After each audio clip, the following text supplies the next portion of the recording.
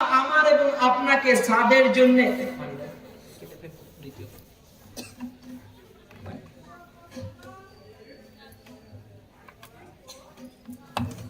যে আল্লাহ তাবারক ওয়া তাআলা আমাকে এবং আপনাকে স্বাদ গ্রহণের জন্য জিহ্বা দিয়েছে। এখানে তো বলছিলাম বিভিন্ন স্বাদ বুঝতে পারেন, যে স্বাদের কোন কম্পিউটার আজ পর্যন্ত বেরোয়নি সে বলে দেবে এটা কি স্বাদ। কোন কম্পিউটার বলতে পারবে না যেটা নুনটা না তেতো না মিষ্টি। রেন্টু ভাইয়ের দোকানের সিঙ্গারা একরকম স্বাদ, তাই না? পাশের দোকানের সিঙ্গারা আরেক রকম স্বাদ, শেখপাড়া দোকানের সিঙ্গারা আরেক রকম স্বাদ। তারপরে ওই শেখপাড়া মিষ্টির দোকানটা কি আছে, মৌচাকের দোকানের মিষ্টির স্বাদ আলাদা, রানীনগর পাতলা রসের মিষ্টির স্বাদ আলাদা, ইসলামপুরের মিষ্টির স্বাদ আলাদা, বর্ধমানের মিষ্টির স্বাদ আলাদা, শক্তিগড়ের ল্যাংচার স্বাদ আলাদা, কলকাতার মিষ্টির স্বাদ আলাদা। কথা ঠিক কিনা? সবই মিষ্টি, কিন্তু প্রত্যেকটা স্বাদ আলাদা। কে বলে দেয়? জীব। জীবের মালিক কে? আল্লাহ। সেই জীবের জন্য নবী পাক সাল্লাল্লাহু আলাইহি সাল্লাম একটা সাবধানতা অবলম্বন করতে বললেন। নবী পাক সাল্লাল্লাহু আলাইহি সাল্লাম বললেন, হে মানুষেরা, দুটো জিনিসের হেফাজত নাও, জান্নাতের দায়িত্ব আমি নিচ্ছি। জান্নাতের দায়িত্ব কে নিয়েছে? নবী পাক সাল্লাল্লাহু আলাইহি সাল্লাম। দুটো গোস্তের টুকরাকে তোমরা হেফাজত করো, গোটা জান্নাতের দায়িত্ব আমি নিচ্ছি। একটা হচ্ছে বাইনা শাফাতাইন, দুটো ঠোঁটের মাঝখানে যে আছে জিহ্বা, আর বাইনাল ফাখিজাইন, দুটো রানের মাঝখানে যে আছে লজ্জাস্থান। নবী পাক সাল্লাল্লাহু আলাইহি সাল্লাম বললেন এই দুটো জিনিসের হেফাজতের দায়িত্ব নাও। কিতাবের মধ্যে আসছে প্রত্যেকদিন মানব শরীরের সমস্ত অঙ্গ প্রত্যঙ্গ জিহ্বার কাছে বলে তুই ঠিক থাক, তুই যদি ঠিক থাকিস আমরা ঠিক থাকবো। গাল কে দেয় আর মার কে খায়? কোনদিন দেখেছেন শাশুড়ি বউ ঝগড়া হচ্ছে আর গাল দিচ্ছে জিভ? বউ বলছে এক কাজ করুন শাশুড়ি, আমার পিঠে মারবেন না, আমার জিভে মারো। জিভ বলছে আমি বেরোবই না। জিভ বেরোয়? নবী পাক সাল্লাল্লাহু আলাইহি সাল্লাম বললেন সিবাবুল মুসলিমি ফুসুক ওয়া কিতালু কুফর, মুসলমানকে গালি দেওয়া গুনাহ, তাকে হত্যা করা কুফর বলা হয়েছে। নবী পাক সাল্লাল্লাহু আলাইহি সাল্লাম বললেন ইন্না খিয়ারাকুম আহসিনুকুম আখলাক, তোমাদের মধ্যে সর্বোত্তম ব্যক্তি সে যার চরিত্র ভালো, যার আখলাক ভালো। নবী পাক সাল্লাল্লাহু আলাইহি সাল্লাম বললেন আল্লাযী লা ইয়ামানু জারুহু বাওয়াইকাহু, প্রকৃতপক্ষে মুসলমান সে যার প্রতিবেশী তার অনিষ্ট থেকে রক্ষা পায়। হাদিসের মধ্যে বলা হচ্ছে নবী পাক সাল্লাল্লাহু আলাইহি সাল্লাম বললেন ওয়াল্লাহি লা ইউমিনু, ওয়াল্লাহি লা ইউমিনু, ওয়াল্লাহি লা ইউমিনু। নবী বললেন খোদার কসম করে বলছি সেই ব্যক্তি মুমিন নয়, খোদার কসম করে বলছি সেই ব্যক্তি মুমিন নয়, খোদার কসম করে বলছি সেই ব্যক্তি মুমিন নয়। নবী বলছে সেই ব্যক্তি মুমিন নয়। সাহাবীরা জিজ্ঞেস করলেন কিলা মানে ইয়া রাসূলুল্লাহ, সে কেমন কি রকম ব্যক্তি যে মুমিন নয়, কি কাজ করলেন? নবী পাক সাল্লাল্লাহু আলাইহি ওয়াসাল্লাম বললেন আল্লাযী লা ইয়ামানু জারুহু বাওয়াইকাহু, যার অনিষ্ট থেকে প্রতিবেশী রক্ষা পায় না সে মুমিন নয়। চিন্তা করে দেখুন, জান্নাত এমনি পেয়ে যাবেন। عن ابي هريره رضي الله تعالى عنه قال قال رسول الله صلى الله عليه وسلم المؤمن مألوف, মুমিন না উলফত, ভালোবাসা, আন্তরিকতা দেখাতে পারে।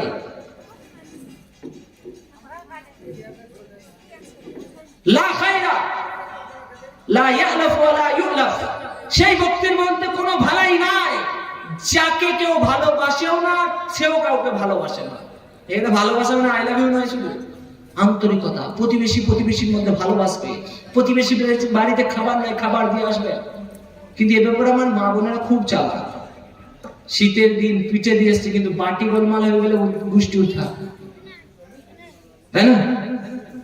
বাড়িতে ঝগড়ার কারণ কি বলুন দেখিনি? একটা বাটি ভুল করে দিয়ে দিয়েছে বা রেখে দিয়েছে, যাই যাই ঝগড়া হচ্ছে। আপনি বাড়িতে এসে দেখছেন ফুটবলে ফিফা ওয়ার্ল্ড কাপ চলছে, আর্জেন্টিনার মধ্যে আর কার মধ্যে? ফ্রান্স আর আর্জেন্টিনার মধ্যে। লাস্টে যখন গাল পাচ্ছে না দেখবেন আমার মা বোনের আল্লাহর পানা, আল্লাহর পানা, দেখবেন ঝগড়া করতে করতে শুধু এরকম চলছে, ইশারা, আজীব আজীব ইশারা, আজীব আজীব গাল, আর তখন পর্দা বোরখা, আল্লাহর পানা। যত পর্দা মলি সাহেব আসছে, মলি সাহেব আসছে। আর পাড়ার যখন ফেরিওয়ালা এসে, ও ভাই দাও আমাকে চুরিটা পরিয়ে দাও। ওরে কোন গোষ্ঠীর ভাই, আল্লাহ ভাই কতদিন দেখি না। স্বামীর ভাই এসছে, নবী পাক সাল্লাল্লাহু আলাইহি সাল্লাম বললেন, তোমরা তোমাদের দেওরদেরকে মৃত্যুর মতন ভয় করো। ভাই ভালো আছো ভাই? ও তুমি কত কষ্ট করে এলে, এসো দাম চেটে দাও, দামটা বুঝিয়ে দিই। আর স্বামী এসে বলছে, কয় গো সকিনা, জরিনা মরছে, কারণ নাম নাই তো আবার আমাকে যেতে দেবে না। এক গ্লাস পানি দাও তো, উলাও তো এই এলো, বেড়ে খাও, দেখছো না আমার হাত। ইসলাম শুধু নামাজ রোজার নাম নয়, ইসলাম সারাদিন সিজদায় পড়ে থাকার নাম নয়। নবী পাক সাল্লাল্লাহু আলাইহি ওয়াসাল্লামের সুন্নতের মধ্যে আম্মাজান আয়েশা রাদিয়াল্লাহু তাআলাকে জিজ্ঞেস করে দেখুন, হাদিসের কিতাব খুলে দেখুন, নবী পাক সাল্লাল্লাহু আলাইহি ওয়াসাল্লাম যখন কোনো সফর থেকে আসতেন, এসে ডাইরেক্ট মসজিদে ঢুকতেন, বাড়িতে যেতেন না। মেয়েদেরকে খবর দিতেন, স্বামী আসার আগে নিজেকে সাজসজ্জা করা নাকি কাজ। আর এদিকে স্বামী আসছে, 3 দিন আগে ফোন হয়েছে, জরিনার মা তখন দেখছেন এদিকে কালি লেগে আছে, ফাটা শাড়ি, ও দেখছে ফাটা শাড়ি না পরে থাকলে তো, হ্যাঁ গো তোমার একই অবস্থা, তোমার মা আমাকে শুকে রেখেছে ভাবছো, বসিয়ে খাওয়াবে। ওরে আল্লাহ, ও কেরালা থেকে রাত 12টায় এসছে, এসে দেখছে ভাতও গরম করতে হবে, তরকারিও বসে গেছে, ও চোখের পানি চোখে রেখে দিয়ে বাজার থেকে দুলাল ভাইয়ের দোকান থেকে একটা লেবু কিনে এসেছিল, ওই ছাড়িয়ে খাচ্ছে। তারপরে বলছে যাও, তারপরে বলছে যাও তোমার ওকেই দাও না। এত রাত কোথায় ছিলে?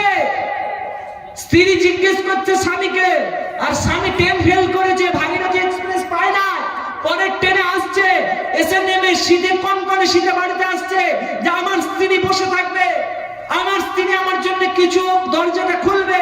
রাতে এসে যখন দরজায় কড়া নাড়ছে, সারাদিন সে খায়নি, শীতে কাঁপতে কাঁপতে ঘরে আসছে, সহধর্মিনী বিছানার মধ্যে শুয়ে আছে এবং ঘরের ভেতর থেকে গালিগালাজ করছে। কেন? কারণ তার স্বামী পাড়ার একজনকে নিয়ে নীলরতনে ডাক্তার দেখাতে গেছে। ওই যার বাড়িতে গিয়েছিল তারা শুনতে দিল না, তারা খেতে দিল না, তাদের রাতে রাত কাটাতে পারলে না। হাই রে, নবী বলছে মানুষের সহযোগিতা করো। যে নবী পাক সাল্লাল্লাহু আলাইহি সাল্লাম সেবা সহযোগিতার জন্য বললেন, যে নবী পাক সাল্লাল্লাহু আলাইহি সাল্লামের কাছে ফাতিমা রাদিয়াল্লাহু তাআলা আনহা গিয়ে বলছে, ওগো আমার আব্বা, আপনার কাছে অনেক গোলাম এসেছে, অনেক খাদিম এসেছে, আমার হাতগুলো দেখুন, আটার চাকি পিষে পিষে পিষে পিষে হাতে ছালা পড়ে গেছে, কাঁধেতে মশকিটা পড়ে, অন্য জায়গায় কুয়া থেকে পানি বয়ে বয়ে নিয়ে এসে কাঁধে ঘাটা পড়ে গেছে, একটা যদি গোলাম দিতেন লাভ হতো। নবীর বেটি, জান্নাতের সর্দার, মহিলাদের সর্দার, যার ছেলেরাও জান্নাতে যুবকদের সর্দার, যার বাপ গোটা বিশ্বের সর্বশ্রেষ্ঠ নবী, সেই নবীর বেটি কে আব্বাকে গুজারিশ করছে, আব্বা একটা খাদিম দেন না। নবী পাক সাল্লাল্লাহু আলাইহি ওয়াসাল্লাম বললেন, ও আমার বেটি, তোমাকে এমন একটা জিনিস বলে দেবো না যেটা দুনিয়া আখিরাতে যেতে উত্তম। ইয়া রাসূলুল্লাহ বলুন। তো বললেন, রাতে শোয়ার আগে 33 বার সুবহানাল্লাহ, 33 বার আলহামদুলিল্লাহ, 34 বার আল্লাহু আকবার পড়বে। সুবহানাল্লাহ। আর আজকালকার আমাদের বাপরা মেয়েকে বলছে, আচ্ছা ওর 5টা ভাই, কাউকে ভাত দিবি না, থাকে কেন, তোকে বসিয়ে খাওয়াবো, সবাই রাঁধতে পাঠিয়েছি। এর নাম কি ইসলাম? এটার নাম কি ঈমান? আপনাকে কেউ দেখছে না, আপনাকে আল্লাহ তো দেখছে। আপনি কারোর কাছে জবাব দেবেন না, আল্লাহকে জবাব দিতে হবে। আপনি তো বাড়ির জিম্মেদার, আপনাকে তো বাড়ির দায়িত্ব দেওয়া হয়েছে। স্বামী বাড়িতে নাই, স্বামীর যেমন মাল ধন দৌলতের রক্ষার দায়িত্ব আপনার, আপনার আবরু রক্ষার দায়িত্ব আপনার। যে নবী পাক সাল্লাল্লাহু আলাইহি সাল্লামকে আল্লাহ তাআলা বলছেন যে যখন কোনো বাড়িতে ঢুকবে, ইস্তাআযান, অনুমতি নাও, সালাম করো। 3 বার সালাম নেওয়ার পরে কোনো বাড়ি থেকে যদি আওয়াজ না আসে, ফিরে চলে এসো। আর সেই সালামটা কোথায় গেল? যে নবী পাক সাল্লাল্লাহু আলাইহি সাল্লাম বলছেন, আফসুস সালাম বাইনাকুম, আপসের মধ্যে সালাম করো। কাকে সালাম করবে? একজন সাহাবী জিজ্ঞেস করছে, আইয়ুল ইসলামি আফজালু, ইসলামের মধ্যে উত্তম জিনিস কি? নবী পাক সাল্লাল্লাহু আলাইহি সাল্লাম বললেন, তুকরিউস সালাম ওয়া তুতিমুত তাআম, সালাম করো আর খানা খাওয়াও। গরিব, মিসকিন, ক্ষুধার্ত, অনাহার, তার বাড়িতে হয়তো সে কোটিপতি, কিন্তু এখন সে ক্ষুধার্ত, মেহমান নওয়াজি করুন। আমরা মসজিদে বলি না জিয়াফত আছে, জিয়াফত, তাই তো? এই শব্দটা আরবি শব্দ। আর জিয়াফত থেকে আছে জাইফ, জাইফুন, জাইফুন হচ্ছে মেহমান। মেহমান তার ভাগ্য নিয়ে আসে, মেহমানদের খাওয়ায়, মেহমানদেরকে আপনি সেবা করো। যদি আপনি গরিব হন, মেহমানদেরকে খাওয়াতে পারবেন না। মেহমান বলতে আপনার স্বামীর কুলের বা আপনার শ্বশুরের কুলের লোক নয়, তাকে তো সে আত্মীয়, তাকে তো খাওয়াতেই হবে, তার তো সেবা করতেই হবে। এটা হচ্ছে মেহমান, যে আপনার আত্মীয় নয়। পাড়ায় কেউ এসছে, কেউ ক্ষুধার্ত আছে, কেউ অনাহারে আছে, তাকে খাবার দেন। আত্মীয়টা হচ্ছে আকারিব বলা হয়েছে, নিকটতম আত্মীয়, সেটার লেভেল তার থেকেও আগে। কিন্তু আপনি যদি গরিব হন, খাবার তো খাওয়াতে পারবেন না, কিন্তু সালাম তো করতে পারবেন। কাকে সালাম করবেন? নবী পাক সাল্লাল্লাহু আলাইহি সাল্লাম বললেন, আলা মান আরাফতা মান লাম তারিফলা। তাই তো চাই তুমি তাকে চেনো বা না চেনো, তাকে সালাম করো। একটা দেওয়াল, একটা পর্দা, একটা গাছের আড়াল হয়ে এই গাছটা আছে, এই গাছটার এপার দিয়ে আমি গেলাম, আর আপনি এই দিক দিয়ে গেলেন, ফের দেখালো, ফের সালাম করো। জওয়ান ছেলে বলছে, হুজুর দারুণ বলেছেন। ওই পাড়ার ফুলটুসি আছে, ওর মাকে গিয়ে ডয়লি সালাম দাও। ফুলটুসি আসসালামু আলাইকুম, চাচি আসসালামু আলাইকুম, খালা আসসালামু আলাইকুম। এই সালামটা বলছি আমি। ফুলটুসিকে সালাম দিতে বলছি, ভাবিকে সালাম দিতে বলছি, দেওয়ারকে সালাম দিতে বলছি, দেওয়ারের সাথে মুসাফা করতে বলছি। নাজায়েজ এবং হারাম। যার সাথে পর্দা করা ফরজ, তার সাথে গলার আওয়াজটাও লুকাতে হবে। কথা বুঝে আসে না? তবে মেয়েরা মেয়েদের সাথে সালাম করবেন, স্বামী এদের সালাম দেবেন, আপনি স্বামীকে সালাম দেবেন, স্বামী আপনাকে সালাম দেবে। ঘরের মধ্যে হুজুরদেরকে বলছেন যে হুজুর ঘরে কোনো আয় বরকত নাই, কোথা থেকে হবে? নবী পাক সাল্লাল্লাহু আলাইহি সাল্লাম বললেন, আপসের মধ্যে সালাম করো, তাহাবাত, আপসের মধ্যে সালাম করলে ভালোবাসা বাড়বে। আমি 100% গ্যারান্টি দিয়ে বলছি, নবী বলেছে ভালোবাসা বাড়বে তো বাড়বে।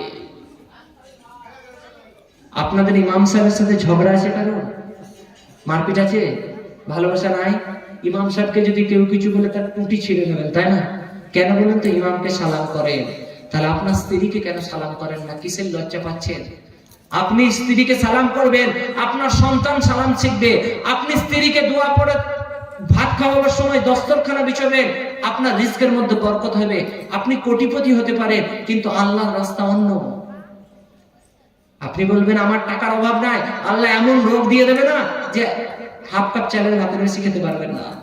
দস্তরখান বিছিয়ে খান, যে খাবারটা পড়ে গেছে সেটা কুড়িয়ে খান। সন্তান নেক হবে, দিনদার হবে, বিসমিল্লাহ বলে খাবার খান। ছোট্ট একটা ঘটনা বলি। কদিন আগে, 1 সপ্তাহ আগের ঘটনা, বর্ধমানে ছিলাম। আমার ভাগ্নি গত শুক্রবার আমি একটা জায়গায় প্রোগ্রামে গেছে। প্রোগ্রামে যাওয়ার পর বাড়ি ফিরে এসে আমি সেখান থেকে তাড়াতাড়ি ফিরে এসেছি। বাড়িতে এসে আমি বলছি, আমি সেখানে খানা খাইনি, আমি বললাম আমার বাড়ি যেতে হবে, ওখান থেকে ফের রিটার্ন আসবো, আমি এক জায়গায় যাবো। তো আমি বাড়ি গিয়ে মস্তি করে বলছি যে আজ আমি বিরিয়ানি ছেড়ে দিয়ে আলাম, দিয়ে সেই গোশ দিয়ে ভাত খাবো। ভাগ্নি আছে, সে অপেক্ষা করেছে, ছোট বাচ্চা। তো ওই ছোট্ট ভাগ্নিটা আমাকে একটা উত্তর দিল, আমার হৃদয়টা ছুঁয়ে গেল। বললো, মামা আপনি আপনার তকদিরটা লিখে নিয়ে আসতে পারেন না যে শুক্রবার দিনকে বিরিয়ানি খাবো? আপনার তকদিরে লিখে নিয়ে আসছেন যে আজকে ভাত খাবো গোশ দিয়ে, আপনি বিরিয়ানি খাবো বললেই হয়ে যাবে? আল্লাহর কাছে রুল পুছা দিয়ে মুছে দিয়ে আপনি তকদির লিখে নিয়ে আসতেন। আমি স্তব্ধ হয়ে গেলাম। এটার কারণ কি জানেন তো? দিনদারি। একদিন আমাকে বলছে, আমি একদিন ঘুরতে নিয়ে গেছি আমাদের বর্ধমান হিন্দু এলাকা, জানেন, পূজা উপার্জনা মন্দির এসব ভর্তি। আমাকে আমার ভাগ্নি বলছে যে মামা এরা কত বোকা। বললাম কেন? বললেন নিজের হাতে তৈরি করছে, যে আবার তাকেই বলছে দাও। ওইটুকু বাচ্চা বেলায় যে ইমানটা ঢুকে, ছোটবেলায় যে দিনদারিটা ঢুকবে, মা হয়ে আপনি আপনার সন্তানকে যখন প্রস্রাব করে পানি নেওয়া শেখাবে, মা হয়ে যখন খাবারের আগে বিসমিল্লাহ বলা শেখাবেন, মা হয়ে যখন বড়দেরকে শ্রদ্ধা করা শেখাবেন, মা হয়ে যখন ছোটদেরকে স্নেহ করা শেখাবেন, মা হয়ে যখন আপনি গালি দেবেন আপনার সন্তান গালি দেবে না, মা হয়ে যখন আপনি ভদ্র হবেন, কাউকে উচ্চস্বরে কথা বলবে না, আপনার সন্তান কাউকে উচ্চস্বরে কথা বলবে না। আর আপনি যদি গালিগালাজ করেন, আপনি যদি নোংরা ব্যবহার করেন, আপনি যদি মিথ্যা বলেন, আপনার সন্তানও মিথ্যাবাদী হবে। লিখে রেখে দেন। আমার আব্বাজান বলেন, চালাক হয়ে চালাকি করো না, সামনেওয়ালা বুঝতে পারে। আপনি ছোট্ট সন্তানটাকে মিথ্যা বলছেন, ছোট্ট সন্তানটাকে বলছেন ভাত খেয়ে না হলে ভূত চলে আসবে, আস্তে আস্তে আস্তে ভূতের ভয় দেখাচ্ছেন। রাতের অন্ধকারে নির্মম নির্ঝম নিস্তব্ধ রাত, শীতকাল নয় গ্রীষ্মকালের রাত, যখন কালবৈশাখী ঝড় হয়েছে, অমাবস্যার রাত, কালবৈশাখী ঝড়ের পরে সেই রাতের অন্ধকারে ছেলেটাকে বলেছেন যান ওই পাড়াতে গিয়ে তোমার চাচার বাড়ি থেকে তোমার আব্বু আছে ডেকে নিয়ে এসো। রাতের বেলায় ছোট্ট বাচ্চাটি বেরিয়েছে, সন্ধ্যাবেলায় কালবৈশাখী ঝড় হওয়ার পর আকাশ পরিষ্কার হয়ে গেছে, অমাবস্যার রাত, চারিদিক ঘুটঘুটে অন্ধকার, ছোট্ট বাচ্চাটি বেরিয়েছে। কালবৈশাখী ঝড়েতে আপনার বাড়ি থেকে একটা বস্তা ছিঁড়া এই গাছটায় আটকেছে, ছোট্ট বাচ্চাটি বাড়ি থেকে বেরিয়েই চিৎকার করে বাড়িতে ঢুকছে, কেন সে ভূত দেখে ফেলেছে। হায়রে মায়েরা, যে বাচ্চাকে ভূতের ভয় দেখালেন সেই বাচ্চাকে আল্লাহর ভয় দেখান, যে তুমি এই কাজটা করলে তোমার আল্লাহকে কিয়ামতের দিন জবাব দিতে হবে। তুমি এই কাজটা করছো, কেউ দেখেনি, তোমার আল্লাহ দেখেছে। তুমি এই কাজটা করেছো, এটার কেউ সাক্ষী নেই, তোমার আল্লাহ সাক্ষী আছে। তুমি মিথ্যা বলছো, তোমাকে কেউ জানে না, তোমার আল্লাহ দেখেছে। তুমি চুরি করেছো, কেউ দেখেনি, তোমার আল্লাহ দেখেছে। আল্লাহকে কি জবাব দেবে? বাচ্চাটা দিনদার হবে, কিন্তু তাকে ভূতের ভয় দেখালে। আমার মা বোনেরা, শীতের দিন সকালবেলায় এখানে যারা ভাইরা বসে আছেন, এই জামাগুলো দেখবেন কাল সকালবেলায় সবাই ধুচ্ছে, আপনি ঘরে ঘুমোচ্ছেন, ঠান্ডায় কাঁপতে কাঁপতে, কল টিপতে টিপতে মা বোনেরা জামা কাপড় ধুচ্ছে পরিষ্কার করার জন্য। কিন্তু আমাকে একটা প্রশ্নের উত্তর দেন দি, আমি কোথাও পাই না, গোটা ভারতে প্রোগ্রাম করেও পাই না। ভূতের জামা সাদা হয়, তাই না? একদম চকচকে। গোটা বিশ্ব মডেলাইজ হয়ে মেয়েদের জামা এখান থেকে এখানে, আর ছেলেদের জামা এখান থেকে এখানে চলে গেছে, উল্টো। সেখানে ভূতেদের জামা পরিপূর্ণ সাদা। ওরা কোন সার্ফ এক্সেল ব্যবহার করে? আর ভূতের জামা কাচেই বা কোথায়, শুকোতে দেয় বা কোথায়? হায়রে মুসলমান, এখানে যতজন বসে আছেন সকলে জানেন ভূত বলে কিছু নাই। ভূত কিচ্ছু নয়, মনের ধাক্কা, মনের হিম্মত না। আর এর জন্য প্রত্যেকটা মা বাপ দায়ী। ছোটবেলা থেকে আপনাকে ভূতের ভয় দেখিয়েছে, সেই ভূতটার ভয়ঙ্কর চেহারাটা আপনার সামনে এনে দিচ্ছে মোবাইল, টিভি, বিভিন্ন রকম হরর সিনেমা, যারা আপনাকে ভূতের ভয় দেখাতে আলাপ করে করেছে। তারপরে ভয়ঙ্কর একটা আওয়াজ, ব্যাকগ্রাউন্ড সাউন্ড, সেই ব্যাকগ্রাউন্ড সাউন্ড আপনার উপরে কাজ করেছে, যে ইফেক্টটাতে আপনি দূর থেকে যখন আওয়াজ পান, ভূত এসে গেছে, ভয় কাঁপছে ধাঁধা ধাঁধা করে। হায়রে আল্লাহ, কোথায় লেখা আছে কোন কাব্যে যে ভূতের আওয়াজ শোনা হয়? যত নোংরা, অসভ্য, দুর্গন্ধ, শত খারাপ জিনিসটাকে আপনি বাচ্চার দিলের মধ্যে ঢোকাতে পারছেন, তার দিলের মধ্যে ইমানি পাওয়ার দেন যে তুমি মুসলমান, তোমার রব হচ্ছে আল্লাহ, যে কুল কায়নাতের মালিক, যিনি জমিন, আসমান, নবমণ্ডল, ভূমণ্ডল সবার মালিক। তোমার সাথে তোমার আল্লাহ আছে। যখন তোমাকে তোমার সামনে কোনো জিন এসে যাবে, জিন সত্য, তুমি আল্লাহর রাস্তা দেবে, জিন রাস্তা ছেড়ে দেবে। শিখাতে পারেন না, বাচ্চাকে সত্য বলা শিখাতে পারেন না। বাচ্চার সামনে মিথ্যা বলছেন, বাচ্চার সামনে নগ্ন অবস্থায় কাপড় চেঞ্জ করছেন, আর বলছেন হুজুর আমার মেয়েটা ভয় খাচ্ছে, খাবে না। নবী পাক সাল্লাল্লাহু আলাইহি সাল্লাম বললেন, যখন তোমরা পায়খানার মধ্যে যাও, সেই পায়খানার মধ্যে যাওয়ার আগে সেখানে দোয়া করে নাও।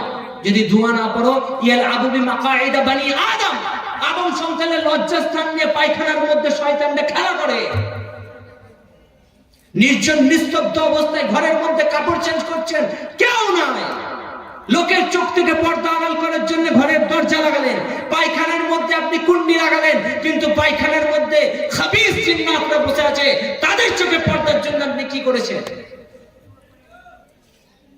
ভয় খাবেন না? দোয়া তো শেখেননি, কি করবেন? শিখবো না ছেড়ে দেবো, শিখবো না ছেড়ে দেবো? কিচ্ছু নয়।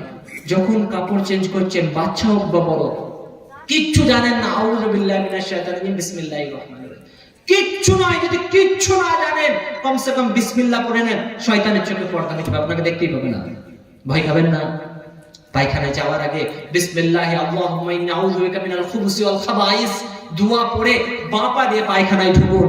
পায়খানা থেকে বেরোলে ডান পা দিয়ে তারপরে পড়ুন গুফরানাকা আলহামদুলিল্লাহিল্লাযী আযহাবা আন্নিল আযা ওয়া আফানি। এই বাথরুম যাওয়াটাও আপনার জন্য নেকি। আমি শুরুতে একটা হাদিস করেছি, নবী পাক সাল্লাল্লাহু আলাইহি সাল্লাম বললেন কুল্লু মারুফিন সাদকা, প্রত্যেকটা নেক কাজ সাদকা। আপনি বাথরুম যাওয়াটা সাদকা। নবী পাক সাল্লাল্লাহু আলাইহি সাল্লাম বললেন রাস্তা থেকে একটা কষ্টদায়ক বস্তু পাথরকে সরিয়ে দেওয়া সেটাও সাদকা। নবী পাক সাল্লাল্লাহু আলাইহি সাল্লাম বললেন ইমাতাতুল আদা আনিত তারিক, রাস্তা থেকে কষ্টদায়ক বস্তু সরিয়ে দেওয়া সেটাও সাদকা। নবী পাক সাল্লাল্লাহু আলাইহি সাল্লাম বললেন কুল্লু মারুফিন সাদকা, প্রত্যেকটা ভালো কাজ সাদকা। জাবির রাদিয়াল্লাহু তাআলা এই হাদিসটা বর্ণনা করছেন। নবী পাক সাল্লাল্লাহু আলাইহি সাল্লাম বললেন এমনকি তোমার ভাইয়ের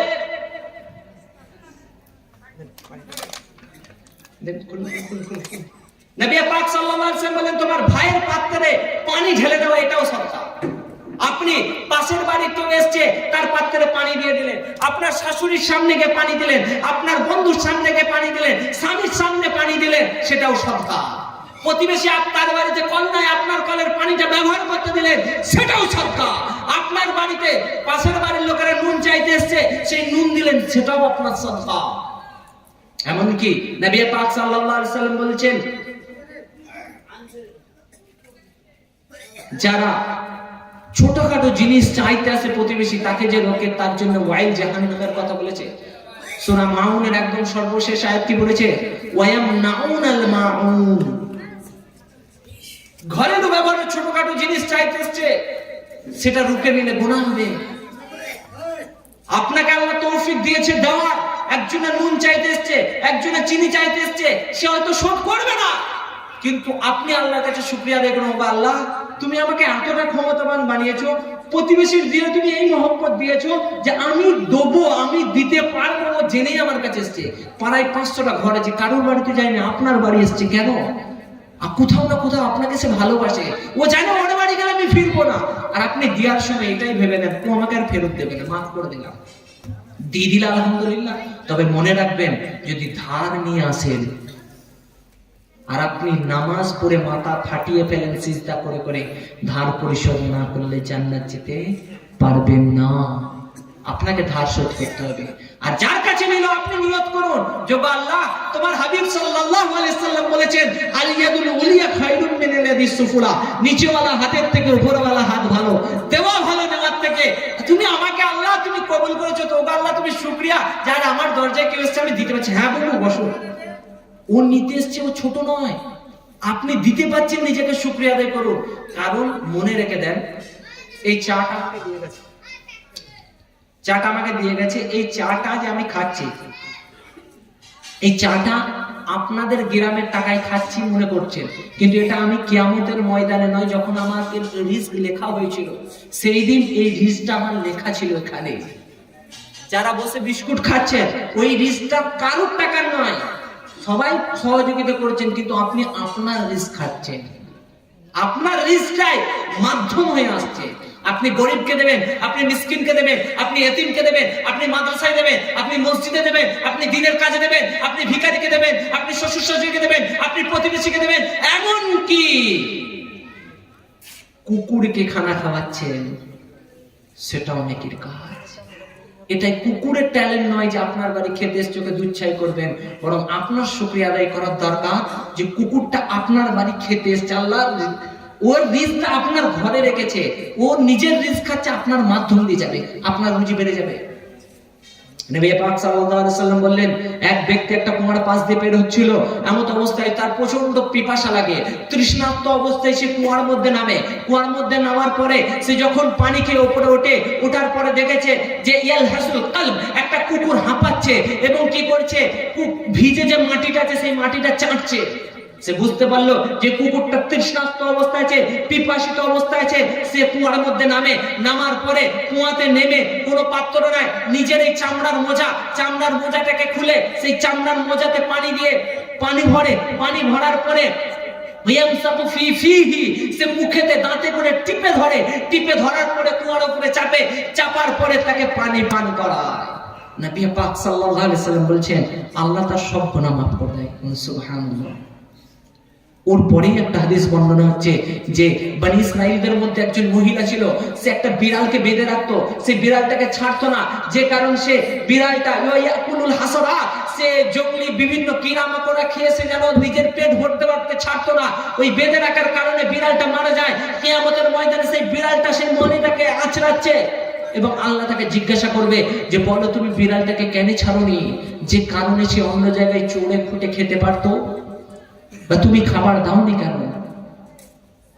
আল্লাহর মখলুকাতকে, যে হাদিসটা আমি আগেই পড়েছি, ইয়ারহামুনা ইয়ারহামু আর রাহিমুন ইয়ারহামুহুর রহমান ইরহামু মান ফিল আরদ ইয়ারহামকুম মান ফিস সামা। যারা দয়া করে তাদের উপর রহমান দয়া করে, সুতরাং তোমরা দুনিয়াবাসীর উপর দয়া করো, আসমানবাসী তোমার উপর দয়া করবে। আজ থেকে দয়া করবেন তো ইনশাআল্লাহ। শুধু নামাজ রোজার নাম দিন নয়, আপনি ভালো হন, আপনি দুনিয়া থেকে বিদায় নেওয়ার পরে গোটা পাড়া যেন আপনার জন্য কাঁদে যে ওই বুবুটা ছিল ভালো। গত সপ্তাহে বর্ধমান একটা জায়গা ছিলাম, একজন বৃদ্ধা মারা গেছে। আমাকে বললো যে ওই উনার মা এই এলাকা সবারই মা ছিল। উনার ইন্তেকালের সময় হাজারো ওলামারা এসেছে, এমন কেউ নাই যে ওর বাড়িতে এসেছে আর ফিরে গেছে। তার জন্য গোটা বিশ্ব কাঁদছে। আপনি দুনিয়া থেকে বিদায় নেবেন, এমন কিছু করে যান না। কাজী নজরুল ইসলাম বলে গেলেন, যেদিন তুমি এসেছিলে ভাবে কেঁদেছিলে তুমি মাত্র, হেসেছিল সবে, এমন জীবন হবে করিতে গঠন, মরণে হাসিবে তুমি কাঁদিবে ভুবন। মরার আগে এমন জীবন করে যান যে গোটা বিশ্ব আপনার জন্য কাঁদবে, গোটা পাড়া আপনার জন্য কাঁদবে, হাউ হাউ করে কাঁদবে। সবাই বলবে উনি চলে গেলেন, ভালো ছিলেন, আহারে আমাদের এলাকায় একজন দিনদার মানুষ চলে গেলেন, আপনার জন্য আফসোস করবে, সকলে আপনার জন্য দোয়া করবে। কিন্তু যে হাবিব সাল্লাল্লাহু আলাইহি সাল্লাম মরে যাওয়ার পরেও পর্দা করতে বললেন, যে হাবিব সাল্লাল্লাহু আলাইহি সাল্লাম মরে যাওয়ার পরেও আপনাকে পর্দার কথা শিখালেন, আপনি বেঁচে থাকতে কি করে সেই আপনার অঙ্গ প্রত্যঙ্গ দেখার লোককে? মেয়েরা মরে গেলে পাড়ার ছেলেরা টিম করে দেখতে যায়, অমুকের মা মরে গেছে। আপনার সাথে তার যদি বেঁচে থাকা অবস্থায় পর্দা ফরজ ছিল, আর তার দাফন কাফনের জন্য লোক করার তার আত্মীয় স্বজন আছে, এমন নয় যে কেউ নাই, আপনার তার চেহারা দেখাও গুনাহগার। অনুরূপ ভাবে কোন চাচা মারা গেছে, কোন বৃদ্ধ মারা গেছে, কোন জোয়ান ছেলে মারা গেছে, যার সাথে আপনার পর্দা ফরজ ছিল, তার চেহারা দেখতে যাওয়া গুনাহ হবে। দোয়া করুন তার জন্য। ইসলাম হাসি মজা করে সারাদিন আল্লাহ আল্লাহ করার নাম ইসলাম নয়, পূর্ণাঙ্গ জীবন ব্যবস্থার নাম ইসলাম। যে কথাটা বলছিলাম, পেছনে ফিরে আসুন। মায়েরা পর্দার কথা বলছিলাম, ছেলের সাথে মেয়েদের পর্দা, এটা সকলে জানে, এই কথাটা আমি বলবোই না, ও সবাই জানে, ও মিলাদ মাহফিল জলসা সব জানে। একটা মেয়ের সাথে একটা মেয়ের পর্দা করা ফরজ। প্রথম শুনছেন না? কোনটা? চেহারাটা। যে অঙ্গগুলো নামাজের মধ্যে শতক ঢাকতে হয়, সেই অঙ্গগুলো অন্য মেয়ের সামনে বিনা প্রয়োজনে দেখানো জায়েজ নাই। চাই আপনার মেয়ে হোক বা আপনার মা হোক। হ্যাঁ, প্রয়োজনের ক্ষেত্রে মাকে কোনো জায়গা ঘা হয়ে গেছে, ফেটে গেছে, অন্য মেয়ের সামনে, মেয়েদের মধ্যে, আপনাদের এলাকার মেয়েরা ভালো, এখন আবার রাতে খাবার আছে, খাবার দেবে না, তাই না? এখন খাবার খায় না, বলবে খাবার দেবো না, মেয়েরা বলবে কি জলসা কমিটির লোকেরা। আপনারা অবশ্য ভালো, আমাদের বর্ধমানের লোকেরাই খারাপ। আমাদের এলাকায় একটা খারাপ ব্যবস্থা আছে, মেয়েরা একসাথে দুটো মেয়ে ঢুকে বাথরুমে গোসল করে। বর্ধমানেও আছে, তারপরে আপনার কলকাতার দিকেও আছে, বিহারেও আছে, ইউপিতেও আছে, দিল্লিতেও আছে। শুধু আপনাদের এলাকাটা ভাটুকুম নগরে নাই, এখানে সবাই ভালো। কে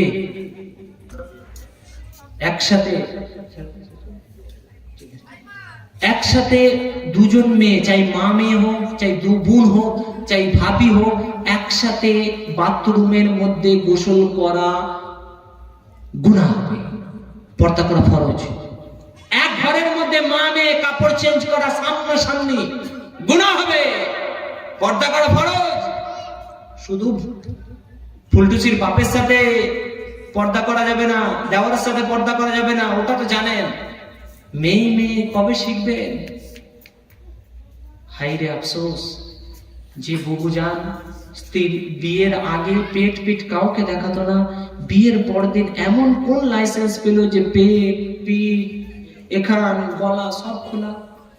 মরবেন না, মরার দিন আপনাকে চাদর ঢাকা নিয়ে কবরস্থানে নিয়ে যাওয়া হবে। আর আজকে আপনি চেহারা খুলে রাখাচ্ছেন। মনে রাখবেন দুটো কথা শেষ করে দেবো। যে কোনো কাজ করবেন বিসমিল্লাহ বলে করবেন, করবেন তো ইনশাআল্লাহ? শাশুড়ি ভাই ঝগড়া করবেন বিসমিল্লাহ বলে করবেন ইনশাআল্লাহ। একদম ইনশাআল্লাহ বলছে। শাশুড়ি ভাই ঝগড়া করবেন বিসমিল্লাহ বলে, হ্যাঁ বিসমিল্লাহ বলে করবেন। পাশের বাড়ির যদি চাচিদের, এখন তার পুকুর ঘাট নাই, বাটি চুরির কোনো ব্যাপারও নাই, আগে ছিল পুকুর ঘাটেতেই চলে আসতো। সেসব কথা পরে বলবো ইনশাআল্লাহ, আবার যদি কখনো সময় হয়। এখনো আরো কিছু কথা ছিল, তো যে কথাটা বলছি, যে কোনো কাজ করবেন বিসমিল্লাহ বলে, চাই ঝগড়া করতে হোক, চাই মারপিট করতে হোক, চাই চুরি করতে হোক, চাই মিথ্যা বলতে হোক, সবের আগে বিসমিল্লাহ বলবেন। কিন্তু যখন বিসমিল্লাহ বলার আগে যদি আপনার দিল বলে যে চুরি করার আগে বিসমিল্লাহ বললে ঠিক হবে না, এ কাজের আগে বিসমিল্লাহটা ঠিক হবে না। শাশুড়ি বৌমার চুলটা ধরবেন, বৌমা শাশুড়ির চুলটা ধরবেন, দিয়ে বিসমিল্লাহ বলে ধরবেন। যদি আপনার মনে হয় না বিসমিল্লাহ বলে যদি মারপিট করি আল্লাহ নারাজ হয়ে যাবে, মারপিট করবেন না। যে কোনো কাজ করার আগে আপনাকে যদি আপনার দিল বলে যে কেউ দেখে নিচ্ছে না, তো জানবেন আপনি ভুল করছেন। কালকে গিয়ে ফতোয়া বলেন না যে বিসমিল্লাহ বলে মারপিট করতে বলেছি, কি বললাম? আপনার দিলের যে ঈমান আছে, কোন মুমিন গুনার কাজের মধ্যে লিপ্ত হতে পারে না। যখন তার দিলে আল্লাহর ভয় আছে, আপনি বিসমিল্লাহ বলবেন, সঙ্গে সঙ্গে আপনার দিল যদি বলে এই কাজের আগে বিসমিল্লাহ বলাটা ঠিক নয়, আপনি সেই কাজটি ছেড়ে দেবেন। আল্লাহ আপনাকে গুনাহ থেকে বাঁচাবে। আল্লাহ তাআলা বলার থেকে শোনার থেকে আমল করার তৌফিক দান করুন। আসসালামু আলাইকুম। কোনো প্রশ্ন থাকলে দু একটা বলতে পারেন, দোয়া করুন। লাস্টে একটা আমি আয়াত বলেছিলাম শুরুতে, যে